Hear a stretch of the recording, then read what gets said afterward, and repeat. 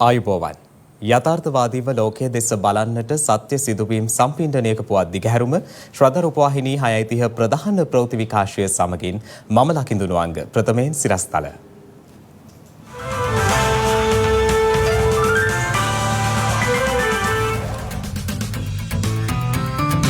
අවශ්‍යතාවය මත මෙරට පුද්ගලයන්ට සිව්වන කොවිඩ් මාත්‍රාවක්. මැයි මාසයේ අවසන් වීමට පෙර හෙද විශ්වවිද්‍යාලය අරඹන්න ජනපතිගෙන් උපදෙස්. මහා පරිමාණ පාරිභෝගිකයන්ගේ විදුලි සැපයුම් විසන්ධි කර ජෙනරේටර් තුලින් විදුලිය ලබා ගන්න ඉඩ දෙන්න මහජන උපයෝගිතා කොමිසම විදුලි බල මණ්ඩලයට දන්වයි. නැති බැරි තැන අත් නොහැරි මිතුරුකම. පුනර්ජනනීය බලශක්තිය නිසා ඔස්ට්‍රේලියාවේ විශාලතම ගල් අඟුරු බලාගාරය රැසෙන ලකුණු.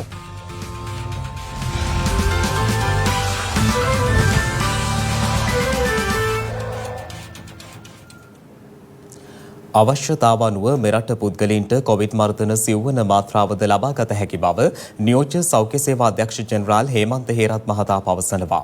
මේ අතර මෙරට ජනගහනයෙන් 44%කට පමණ කොවිඩ් තුන්වන මාත්‍රාව ලබා දී අවසන් බවයි සෞඛ්‍ය අංශය සඳහන් කළේ.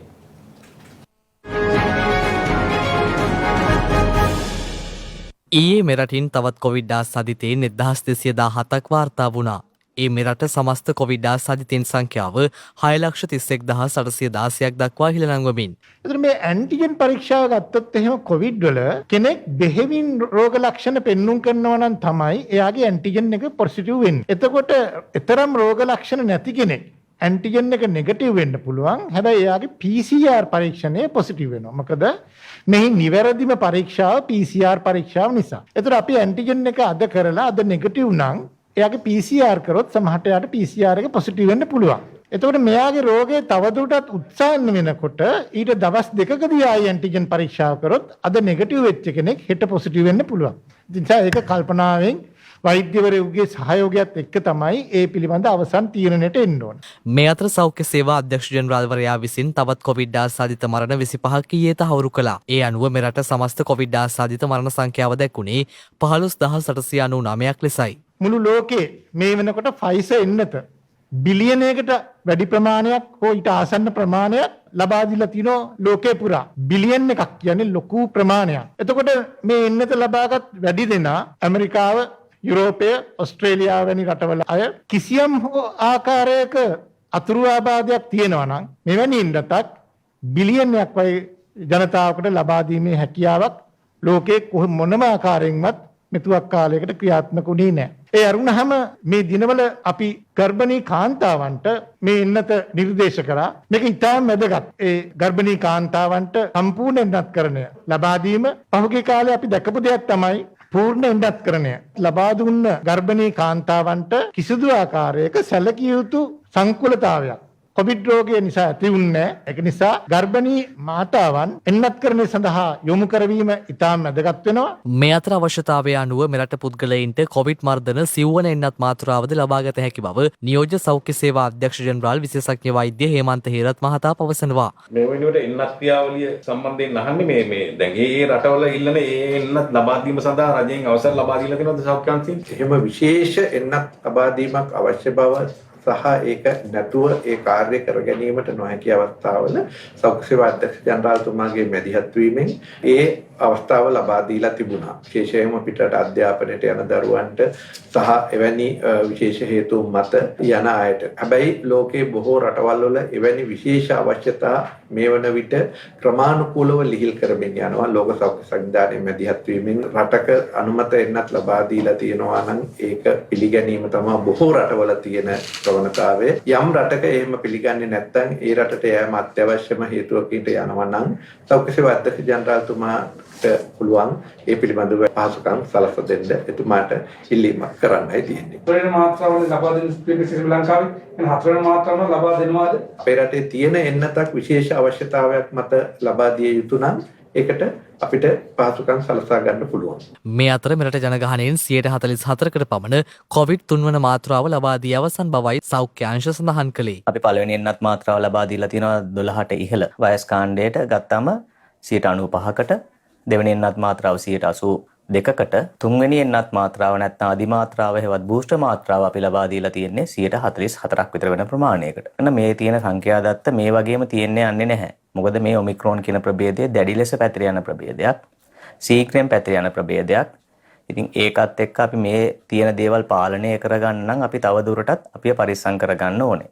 ඉලක්කයට දැනුත් පෙන්නන අවශ්‍ය ඉලක්කයට එන්නත් ප්‍රමාණය ආනයනය කර අවසන්ද ඒත් එක්කම යම් කිසි ආකාරයක මේ කල්ලිකුත් වූ යටි එන්නත් ආනයනය කිරීම සිදු වෙනවාද? දැනට ඉලක්කගත ප්‍රමාණයට අවශ්‍ය එන්නත් ප්‍රමාණය අපි ලංකාවට ගෙනල්ලා තියෙන්නේ. මේ කල්ලු ඉක්ුත් වෙන තව සෑහෙන කාලයක් තියෙනවා. මේ කල්ලු ඉක්ුත් තියෙන්නේ ජූලි මාසේ. ඉතින් ඒ නිසා මම හිතනවා දැන් අපි මිලියන 6.2ක් මේ වෙනකොට ලබා දීලා තියෙනවා. මම හිතනවා ඉතුරු ටිකේදී අපිට ඉතුරු ටිකක් ලබා දෙන්න හැකියාව ලැබෙවි කියලා. අප්‍රේල් 30 තමයි අපි පොදු ස්ථාන වලට යන අයට සම්පූර්ණ එන්නත්කරණය අනිවාර්ය කරන අවසන් දිනය. ඉතින් පස්සේ අනිවාර්ය අවශ්‍ය වෙනවා. ඒ සඳහා අවශ්‍ය අනිකුත් කරුණු කාරණා මේ දිනවල අපි හදාගෙන යනවා. මේ අතර මේ වන විට වෛරසය ආසාදිතව රෝහල්වල ප්‍රතිකාර ලබන සමස්ත පුද්ගලයන් සංඛ්‍යාව 19588ක් වන අතර වෛරසය ආසාදිතව සිට සුවය ලැබූ සමස්ත පුද්ගලයන් සංඛ්‍යාව දැක්වෙන්නේ 5,96,329ක් ලෙසයි.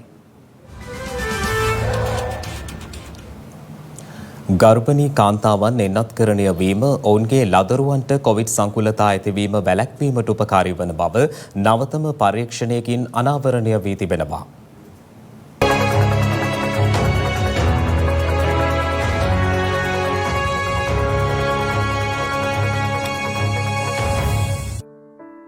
කොවිඩ් වෛරසයට එරෙහිව ගර්භණී කාන්තාවන්ට එන්නත්කරණය තුළින් ඔවුන්ගේ ලදරුවන් හට කොවිඩ් වැළඳුණහොත් සංකුලතා ඇතිවීම වැළැක්වීමට උපකාරී වන බව එක්සත් ජනපදයේ පර්යේෂණයකින් අනාවරණය කර තිබෙනවා. ඒ අනුව ගර්භණී සමයේදී එන්නත ලබා දීමේ ප්‍රතිලාභය එන්නත් ලබා ගැනීමට තරම් නොවන ලාබාලවියේ පසුවන ලදරුවන්ටද පිටිවහලක් වන බවයි එම පර්යේෂණය මගින් පෙන්වා දී ඇත්තේ. ළමා රෝහල් කිහිපයක පර්යේෂකයන් සහ එක්සත් ජනපදයේ රෝග පාලනය සහ වැළැක්වීමේ මධ්‍යස්ථානයේ පසුගිය වසරේ ජූලි සහ මේ වසරේ ජනවාරි මාසය අතර කාලය තුල මාස 6ට අඩු දරුවන් යොදා ගනිමින් එම පර්යේෂණය සිදු කර ඇති බව විදේශ මාධ්‍ය වාර්තා කළා. ගර්භණී කාන්තාවන් කොවිඩ් හේතුවෙන් දරුණු රෝගාබාධවලට ගොදුරු වීමේ අවදානම වැඩි අතර ගර්භණී සමයේදී කොවිඩ් ආසාදනය වීම අවදානම් සහගත බව එක්සත් ජනපදයේ රෝග පාලනය සහ වැළැක්වීමේ මධ්‍යස්ථානය මීට පෙර දැනුම් දෙනු ලැබුවා. ඒ හේතුවෙන් පවතින ඔමික්‍රෝන් ව්‍යාප්තිය හමුවේ ගර්භණී කාන්තාවන් එන්නත්කරණයට ප්‍රමුඛතාවය ලබා දීමට ගෝලීය සෞඛ්‍ය අංශ කටයුතු කළ යුතු බවද විදේශ මාධ්‍ය පෙන්වා දී තිබෙනවා. මේ අතර කොවිඩ් ආසාදන මැඩ පැවැත්වීම සඳහා අනිවාර්ය එන්නත්කරණයෙන් සති කිහිපයකට පසුව ඔස්ට්‍රියාව සහ ජර්මනිය විසින් සිය කොවිඩ් වසංගත රෙගුලාසි ලිහිල් කිරීමට සැලසුම් කර ඇති බව විදේශ මාධ්‍ය වාර්තා කළා. ඒ අනුව එන්නත්කරණයට ලක් නොවූ පුද්ගලයන්ට අඛණ්ඩව කොවිඩ් සීමාවන්ට යටත් වීමට සිදුවන අතර එළැඹෙන මාර්තු මාස සිට එන්නත්කරණයට ලක් වූ ජර්මානුවන්ට සහ ඔස්ට්‍රියානුවන්ට කොවිඩ් සීමා ලිහිල් වන බවයි විදේශ වාර්තා සඳහන් කළේ. ඔමික්‍රෝන් ප්‍රභේදයේ රෝහල්ගත කිරීම වැඩිවීමට හේතු වී ඇති නමුත් වසංගතයට එරෙහිව එන්නත්කරණය අනිවාර්ය කළ නීතියක් ඔස්ට්‍රියාව මේ මාස මුලදී සම්මත කරගනු ලැබුවා. මේ වන විටත් ඔමික්‍රෝන් ආසාදන වැඩිවන පසුබිමක යුරෝපයේ බොහෝමයක් රටවල් සිය කොවිඩ් සීමාවන් ලිහිල් කිරීමට සැලසුම් කර ඇති අතර එය ලෝක සෞඛ්‍ය අංශවල දැඩි විවේචනයට ලක්ව ඇති බවටද විදේශ වාර්තාවල සඳහන්. රට තුළ පවතින මුදල් තත්ත්වය නිසි ලෙස අවබෝධ කරගනිමින් සමස්ත රාජ්‍ය සේවයට බලපෑමක් නොවන ආකාරයට අනුමත කළ හෙද ඉල්ලීම් ලබා දීමට පියවර ගන්නා ලෙස ජනාධිපති ගෝඨාභය රාජපක්ෂ මහතා බලධාරීන්ට උපදෙස් ලබා දී තිබෙනවා. රාජ්‍ය සේවා එක්සත් හෙද සංගමේ ඉල්ලීම පරිදි අද පෙරවරුවේ ජනාධිපති කාර්යාලයේ ජනාධිපති ගෝඨාභය රාජපක්ෂ මහතාගේ ප්‍රධානත්වයෙන් විශේෂ සාකච්ඡාවක් පැවැත්වුණා. එම සාකච්ඡාවේදී ජනාධිපතිවරයා වෛද්‍ය හෙද ඇතුළු සෞඛ්‍ය සේවය ඉහළින්ම අගයන බව ප්‍රකාශ කර තිබෙනවා. හෙද විශ්වවිද්‍යාලය ඇරඹීම දෙවන ශ්‍රේණිය සිට පළවන ශ්‍රේණියට උසස් කිරීම පෙරදාතමින් සිදු කිරීම පැය 36ක්ව පවතින රාජකාරී කාලය සතියට දින 5ක රාජකාරියක් ලෙස පැය 30ක් ලෙස සැලකීම වෛද්‍ය වෘත්තකයන්ට ලබා දෙන රුපියල් 35000ක OT දීමනාව සමානුපාතිකව යෝජිත රුපියල් 10000 දීමනාව නිල ඇඳුම් දීමනා චක්‍රලේඛ නිකුත් කිරීම සහ මූලික වැටුපෙන් 100% රේට් අගයක් මත අමතර සේවා දීමනාව යන හෙද වෘත්තීය සමිති ඉල්ලීම් මෙහිදී සාකච්ඡාවට ලක් කෙරුණා. මෙහිදී උසස් අධ්‍යාපන පනත සංශෝධනය කර කඩිනමින් පාර්ලිමේන්තුව වෙත ඉදිරිපත් කිරීමටත් එතෙක් හෙද විද්‍යාල එකතු කර ජාතික විශ්වවිද්‍යාලයක් බවට පත් කිරීමට අවශ්‍ය සෙසු කටයුතු ඉදිරියට කරගෙන යාමට පියවර ගන්නා ලෙසත් ජනාධිපතිවරයා විශ්වවිද්‍යාල ප්‍රතිපාදන කොමිෂන් සභාවේ සභාපති ජ්‍යෙෂ්ඨ මහාචාර්ය සම්පත් අමරතුංග මහතා වෙත උපදෙස් ලබා දුන්නා. එහිදී විශ්වවිද්‍යාල ප්‍රතිපාදන කොමිෂන් සභාවේ සභාපතිවරයා ප්‍රකාශ කර ඇත්තේ එළැඹෙන අප්‍රේල් මාසයේ ඇතුළත උසස් අධ්‍යාපන පනත පාර්ලිමේන්තුව වෙත ඉදිරිපත් කිරීමටත් මැයි මාසයේ අවසන් වීමට පෙර හෙද විශ්වවිද්‍යාලයේ ආරම්භීමටත් කටයුතු කරන බවයි. අවශ්‍ය වෙන්නේ විශ්වවිද්‍යාලයක් කරන්නනේ. ඔව් සර්. ඒ කියන්නේ විශ්වවිද්‍යාලයක් හැටියට පාදිය දෙන්න. හැබැයි අපි දැන් ප්‍රතිපාදන කොමිෂන් සභාවට යටත් කරන්න අවශ්‍යතාවයක් නැහැනේ. ඔව් සර්. එහෙම කළොත් විතරයිනේ Z ස්කෝර් එක අනුව ගන්න ඕන. හරියට හරි සර්. ඔව්. ඒක හින්දා ඒක විශ්වවිද්‍යාලයක් කරනවා. KDU එක කරන්නේ. ඔව් සර්. විශ්වවිද්‍යාල ප්‍රතිපාදන කොමිෂන් සභාවේ සභාපතිතුමා ඒකේ මෙම්බර් කෙනෙක්. ඔව්. ඒකම ස්ටෑන්ඩඩ් එක එහෙම ඕනනම් ඒක බලන්න පුළුවන්. ඔව්. අපිට අප්‍රේල් මාසෙ වෙද්දී අලුතෙන් ඇක්ට් එක සම්පූර්ණයෙන් හදලා මේ යුනික්නස් එකත් මෙහෙම තියාගෙන මේක විශ්වවිද්‍යාලයක් බවට පත් කරන එක සම්පූර්ණයෙන්ම ඉවර කරලා සෞඛ්‍ය අමාත්‍යාංශයට අපිට දෙන්න පුළුවන්. දෙවන ශ්‍රේණියේ සිට පළවන ශ්‍රේණියට උසස් කිරීම සිදු කිරීමටත් නිල ඇඳුම් දීමනාව ලබා දීමටත් අවශ්‍ය කටයුතු සලසන මෙන් සෞඛ්‍ය සහ මුදල් ලේකම්වරුන් වෙත මෙහිදී ජනාධිපතිවරයා උපදෙස් ලබා දී තිබෙනවා. පවතින මූල්‍ය අර්බුදයේ මැද සියලු ඉල්ලීම් සලකා බැලීම කළ නොහැකි බව සියලු දෙනා අවබෝධ කරගත යුතු කරුණක් බවත් ඒ හේතුවෙන් සමස්ත රාජ්‍ය සේවයටම බලපෑමක් නොවන ආකාරයෙන් මුදල් අමාත්‍යාංශය සහ සෙසු ආයතන සමග සාකච්ඡා කර හෙද ඉල්ලීම් කෙරෙහි අවධානය යොමු කරන ලෙස ජනාධිපතිවරයා නිලධාරීන් වෙත උපදෙස් ලබා දුන් බවයි ජනාධිපති මාධ්‍යංශය සඳහන් කළේ. මහා පරිමාණයෙන් විදුලිය භාවිත කරන ආයතන හා පුද්ගලයින්ට ඔවුන් සතු ජනන යන්ත්‍ර භාවිතයෙන් විදුලිය සපයා ගැනීමට ඉඩ ලබා දී ජාතික පද්ධතියෙන් ලබා දෙන සැපයුම විසන්ධි කරන්නයි මහජන උපයෝගිතා කොමිසම විදුලි බල මණ්ඩලයට දැනුම් දී තිබෙනවා. කෙසේ වෙතත් විදුලි බල මණ්ඩලයේ ඉංජිනේරු සංගමය සඳහන් කළේ මෙම නිර්දේශ ක්‍රියාත්මක කිරීමේදී ප්‍රායෝගික ගැටලු පැන නැගිය හැකි බවයි. අපි කිව්වා මේ දීපව්‍යාප්ත විදුලි කප්පාදුවකට යන්නේ නැතුව මහා පරිමාණ විදුලිය පාවිච්චි කරන පුද්ගලයන්ගේ විදුලිය විසන්ධි කිරීම මම හිතන්නේ ඒක ප්‍රායෝගිකයි. ඒකට හේතුව තමයි අපි දන්නවා ලංකාවේ ව්‍යාපාර විශාල ප්‍රමාණයක් හේතු කරන්නේ තමන්ගේ ජෙනරේටර්ස් පාවිච්චි කරලා ඒකට අවශ්‍ය තෙල් ප්‍රමාණය ලබාගෙන. ඒක සමහර වෙලාවට තෙල් නැති වේද කියන ප්‍රශ්නේ. තෙල් නැති වෙන ප්‍රශ්නයක් නෑ. මොකද තෙල් නැති වෙලා තියෙන්නේ CB එකට මුදල් නෑ. CPS එකෙන් තෙල් ලබා ගන්න. මේක හරිම ප්‍රායෝගික ක්‍රියාමාර්ගයක්. එතකොට අපි කියලා තියෙනවා මහා පරිමාණ විදුලි පාරිභෝගිකයන්ගේ විදුලිය විසන්ධි කරලා කරගන්න ප්‍රමාණය ඒ වගේම රටේ දීපව්‍යාප්තව විදුලි කප්පාදුවක් නැතුව මේ කටයුත්ත කරගෙන යාමේ හැකියාවක් තියෙනවා කියලා. මේක දැන්ටමත් ලිස්ට් එකක් ඇවලා තියෙනවා මෙගාවට් 300ක ධාරිතාවයෙන් යුතු ස්ටෑන්ඩ් බයි ජෙනරේටර්ස් තියෙන පුද්ගලයන්. ඒතර ඒ කටියට තියෙන මේ කටිය නැෂනල් ග්‍රිඩ් එකට ඇතුළු වෙන්න පුළුවන්. එහෙම නැත්නම් මේ කටිය නැෂනල් ග්‍රිඩ් එකෙන් අයින් කරලා අපිට ඉලෙක්ට්‍රිසිටි සේව් කරන්න පුළුවන්. ඒකට අපි ඒ යන වියදම රුපියල් 36ක් දක්වා එක යුනිට් එකකට ගෙවන්නත් CB එක ක්‍රියාමාර්ග අරගෙන තියෙනවා. ඒ තත්ත්වය මම හිතන්නේ ලබන සුමානේ වැඩි කරලා රුපියල් 44 දක්වා එක යුනිට් එකකට ගෙවන්නත් ඒ ක්‍රියාපටිපාටි දැන් සිදු වෙමින් පවතිනවා. අපි ඉල්ලා සිටින්නේ මහජන උපයෝගිතා කොමිසමට අදාළ බලධාරීන්ට මේ සම්බන්ධයෙන් මැදිහත් වෙලා මේ බලාගාර දුවන්න අවශ්‍ය ඒ ඉන්ධන ලබා දෙන්න. ඒකම විදුලි බල මණ්ඩලයේ හැටියට අපිට මහජනතාවට මේ කියන්න බෑ මේ වෙලාවේ මගේ ලයිට් ඕෆ් කරන්න නැත්නම් AC ඕෆ් කරන්න කින්දමල්ද කියන එක. අපිට අපේ වගකීම තිබෙන්නේ අඛණ්ඩව විදුලිය සප්ලයි කිරීම. ඉතින් අපි යම්කිසි ඉල්ලීමක් කරනවා නම් ඒක වඩා ප්‍රායෝගික විය යුතුයි කියන එක තමයි ඉංජිනේරු සංගමයේ හැටියට අපේ අදහස. එතනදී දැන් එක නිර්දේශයක් තිබුණා පෞද්ගලික ආයතන සතු විදුලි ජනක යන්ත්‍ර සක්‍රිය කිරීම සම්බන්ධයෙන්. ඉතින් ඒ ජනක යන්ත්‍ර පැය 250 තමයි මුළු අවුරුද්දටම දුවන්න පුළුවන්. අවුරුද්දටම පැය 250යි. මොකද එහෙම ඊට වැඩි දුවොත් එහෙම ඩිසයින් කළා නෑ. ඒ ඔක්කොම මැෂින්ස් කැඩෙනවා. ඒතර කවුද ඒ වගකීම ගන්නෙ? අපි විදුලි බල මණ්ඩලයේ ගිහිල්ලා අපි කිව්වොත් එimhe වාගේ දුවන්න මේ පැය 3-4ක් දවසට කියලා. ඒගොල්ලෝ එහෙම දුවලා මේ මැෂින් එකට ගැටලුවක් වුණොත් එimhe කවුද ඒ වගකීම ගන්නෙ? ඒ කස්ටමර්ටත් ඒක ගැන අවබෝධයක් නැහැ. අපි දෙන්න ඕනේ ඉංජිනේරුවෝ හැටියට සහ විදුලි බල මණ්ඩලයේ හැටියට ප්‍රායෝගිකව කරන්න පුළුවන් විසඳුම්. මහජන උපයෝගිතා කොමිසම මේ අර්බුදය සම්බන්ධයෙන් ඇත්තටම ඒගොල්ලන්ගේ මැදිහත් වීමත් අපි අගය කරනවා. අපි එකතු වෙලා මේ විදුලිය කප්පාදුවෙන් තොරව යන්න අවශ්‍ය ඒ බලාගාර දුවන්න අවශ්‍ය ඒ ඉන්ධන කොහොම හරි සප්ලයි කර ගැනීම තමයි මේ අවස්ථාවේදී කළ යුත්තේ. මහජන උපයෝගිතා කොමිසම ගිය මාස එකහමාර ඇතුළත විශාල පරිශ්‍රමයක් දැරුවා. කාවේ විදුලි කප්පාදුවක් නැතුව මේ තත්ත්වය කරගෙන යාමට අපි කියන්නේ අපි නියෝග දීලා තියෙන්නේ CB එකට මෙයාලගේ ජෙනරේටර්ස් තියෙනවා නම් මෙයාලව නැෂනල් ග්‍රිඩ් එකෙන් අයින් කරන්න. එච්චරයි. ඒක හරි සිම්පල් නේ. දැන් මට කියන්න පුළුවන් අපිට කියන්න පුළුවන් මේ කිසිම දෙයක් මේ මෙච්චර දඟලන්නේ නැතුව පැය 3ක් විදුලිය කපන්න කිව්වහම අපිට ඕනනම් මේ මහජනතාව සුමානක් විතර බණී මේකට පුරුදු වෙයි. අපි ඒ තත්ත්වයට යන්නේ නැහැ. අපි කියන්නේ මහජනතාවට කපන්න නැතුව ලංකාවේ ෂෙඩියුල් පවර් කට්ස් වලට යන්නේ නැතුව මේ ජෙනරේටර්ස් තියෙන අයව නැෂනල් ග්‍රිඩ් එකෙන් අයින් කරන්න. එතකොට ඒ කට්ටියට පුළුවන් කැමති නම් AC දාගන්න නැත්නම් නැතුව ඉන්න පුළුවන්. එයාලගේ ජෙනරේටර්ස් පාවිච්චි කරන්න පුළුවන්. අපි කියන්නේ මේ බල්ක් සප්ලයිස්ට ග්‍රිඩ් එකෙන් අයින් කරලා ග්‍රිඩ් එක සමතුලිත කරලා රට පුරා විදුලි කැපීමක් නැතුව ඒ කියන්නේ අවශ්‍ය නම් පොඩ්ඩක් මේ මොකක් හරි ප්ලාන්ට් එකක් කරනත් එහෙම පොඩ්ඩක් පවර් ෂෙඩින් කරන්න වෙනවා අන්ෂෙඩියුල්. ඒක වෙනම කතාවක්. ඒකට හැමදාම පවර් කට් එකක් නැතුව යෑමේ හැකියාවක් තියෙනවා. මේ අතර විදුලි අර පිරිමැස්මෙන් භාවිත කිරීම පිළිබඳ විශේෂ ප්‍රවෘත්ති සාකච්ඡාවක් අද රජයේ ප්‍රවෘත්ති දෙපාර්තමේන්තුවේදී පැවැත්වුණා.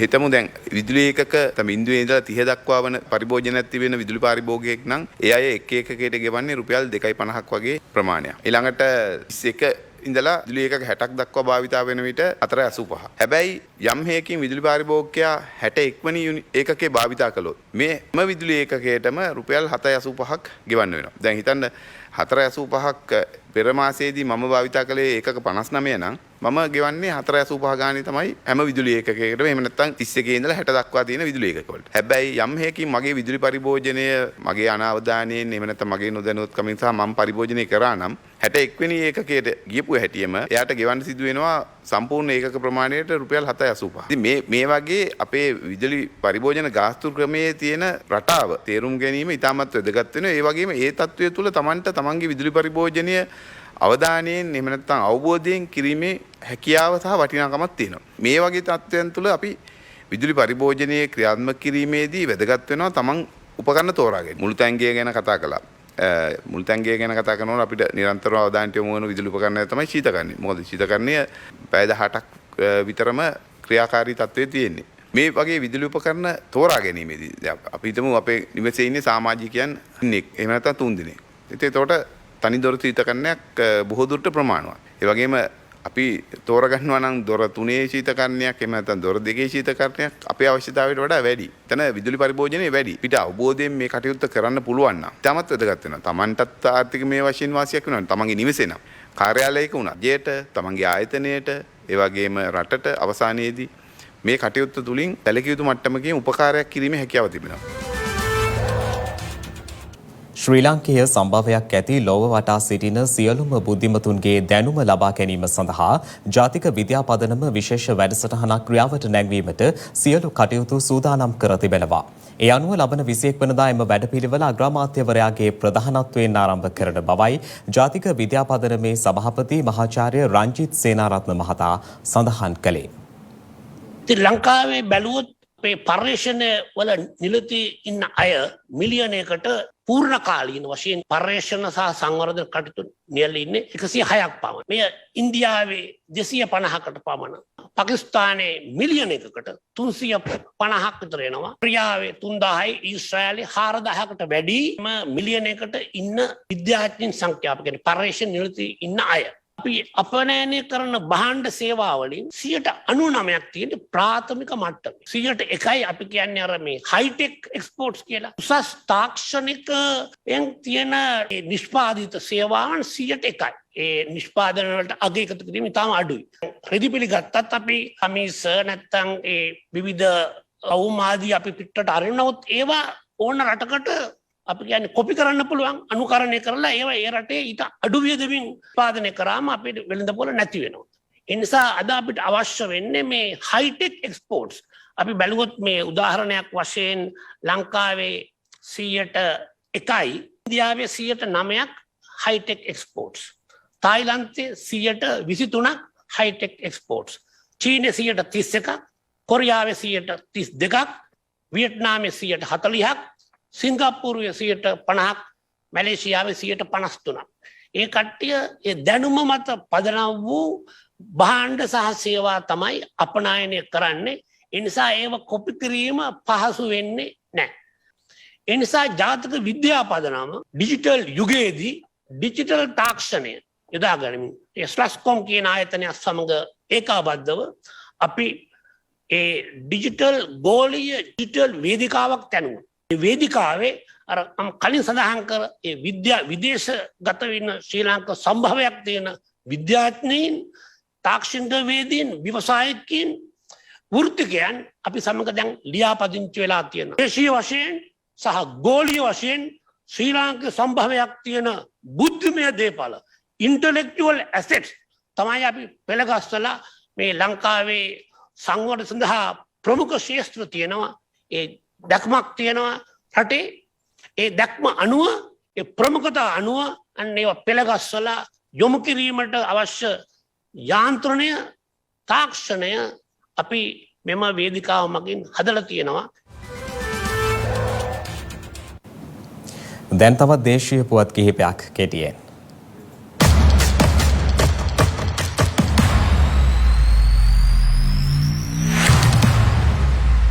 සමස්ත ලංකා වෘත්තීය දේශකවරුන්ගේ 9 වන ජාතික සම්මේලනය ඊයේ ජනාධිපති ගෝඨාභය රාජපක්ෂ මහතාගේ ප්‍රධානත්වයෙන් පැවැත්වුණා. ඒ කොළඹ නෙළුම් පොකුණ මහින්ද රාජපක්ෂ රඟහලේදී සමස්ත ලංකා වෘත්තීය දේශකවරුන්ගේ සංගමය ශ්‍රී ලංකාව පුරා විසිරී සිටින උපකාරක පන්ති ගුරුවරුන්ගේ එකමුතුවෙන් විශ්වවිද්‍යාල මහාචාර්යවරු කතිකාචාර්යවරු වෘත්තීය වේදීහු රජයේ පාසල්වල ගුරුවරු ඇතුළු විවිධ ක්ෂේත්‍ර නියෝජනය කරන 3500කට ආසන්න පිරිසක් මෙහි සමාජිකත්වයේ දරනවා. ඒ අනුව සමස්ත ලංකා වෘත්තීය දේශකවරුන්ගේ 9 වන ජාතික සම්මේලනය සහ වාර්ෂික නිලවරණය ඊයේ පැවති අතර හරිත ගුරුවරයා වෙබ් අඩවිය විවෘත කිරීමද මෙහිදී සිදු කෙරුණා.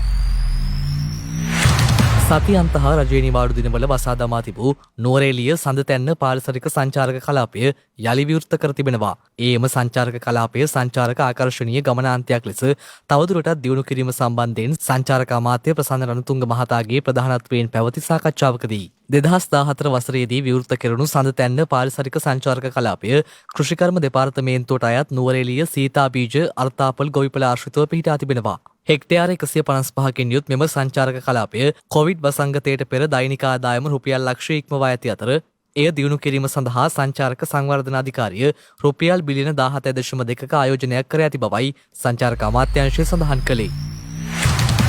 2021 අධ්‍යයන පොදු සහතික පත්‍ර සාමාන්‍ය පෙළ විභාගය සඳහා අයදුම්පත් කැඳවීම අදින් අවසන් වනවා. එම විභාගය සඳහා අයදුම්පත් කැඳවීම පසුගිය 10 වෙනිදායින් අවසන් වීමට නියමිතව තිබුණද ඒ අද දිනේ දක්වා දීර්ඝ කිරීමටයි විභාග දෙපාර්තමේන්තුව පියවර ගත්තේ. ඒ අනුව අද දිනේත් විභාග දෙපාර්තමේන්තු නිල වෙබ් අඩවිය වන www.dones.lk හෝ www.onlineexams.gov.lk හෝ දෙපාර්තමේන්තු නිල ජංගම දුරකථන යෙදුම වෙත පිවිස මාර්ගගත ක්‍රමය ඔස්සේ සාමාන්‍ය පෙළ විභාගයට අයදුම් කළ හැකි වෙනවා. රජයේ පාසල් සිසුන් පාසලේ විදුහල්පතිවරයා වෙත ලබා දී ඇති පරිශීලක නාමපද සහ මුරපද භාවිතයෙන් අයදුම් කළ යුතු බවයි විභාග දෙපාර්තමේන්තුව වැඩිදුරටත් දැනුම් දුන්නේ.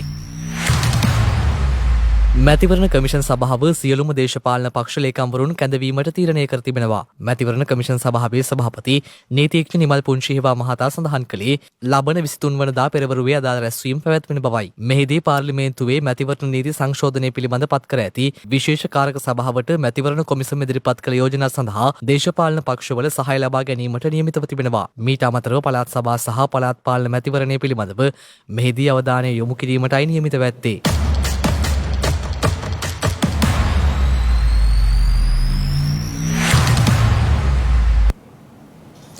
නැති බැරි තැන අත් නොහැරි මිතුරුකම 2% තිබියදීත් ඉතිරි වී තියෙන හැටි මේ ඒ ගැන කතාව.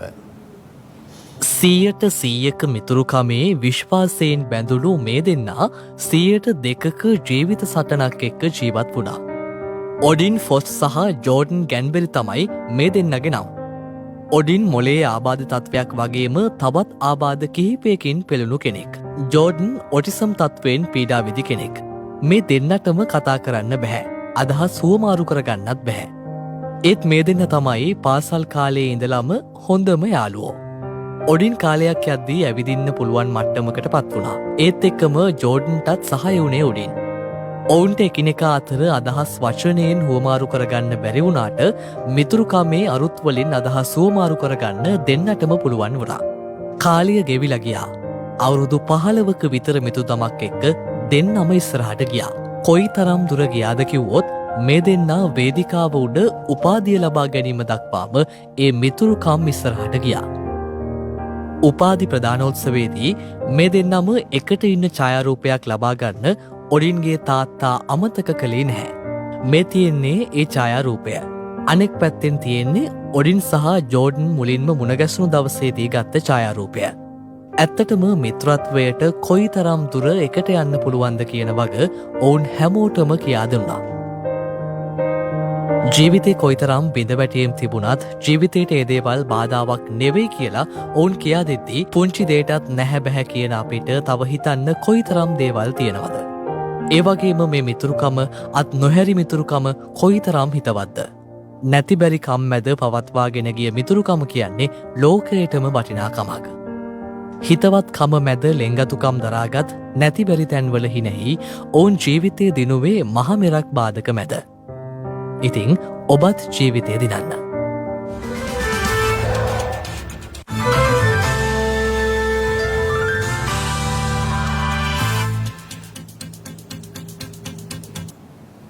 අවධානය විදෙස් පුවත් වෙත.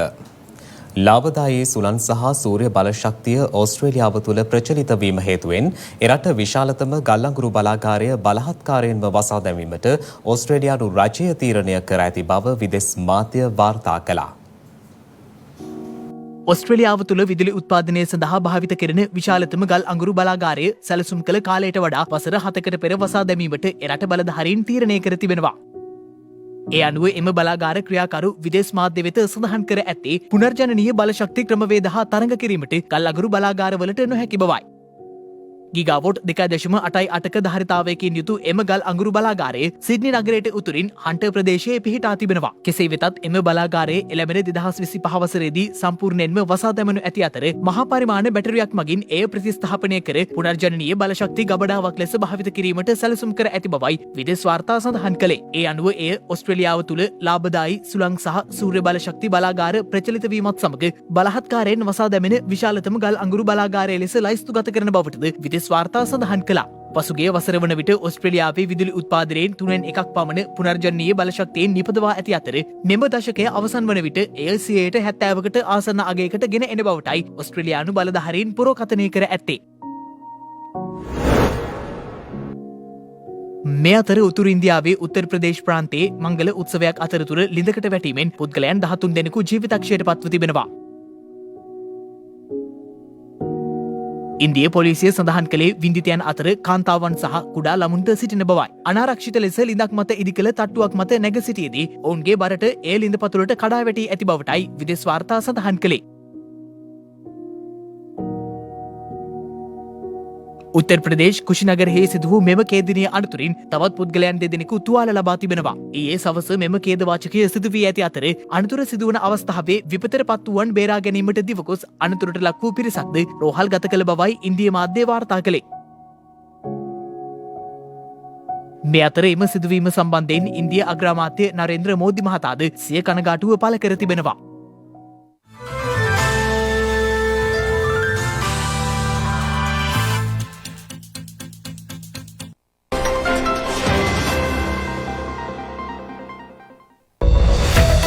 හෙට පෙබරවාරි 18 වැනිදා ශ්‍රී ලංකාවේ අවසාන රජ වූ ශ්‍රී වික්‍රම රාජසිංහ රජතුමා මැද මහනුවරදී ඉංග්‍රීසි අත්අඩංගුවට පත්ව ඇත්තේ 1815 වසරේ පෙබරවාරි මාස 18 වන දිනයි.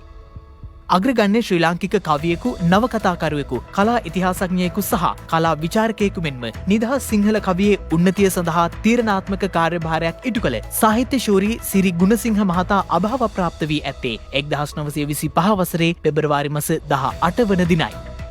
ලෝක ප්‍රකට චිත්‍ර සහ මූර්ති ශිල්පියෙකු වූ මයිකල් ආන්ජලෝ රෝමේදී අභාව ප්‍රාප්ත වී ඇත්තේ 1564 වසරේ පෙබරවාරි මාස 18 වන දිනයි.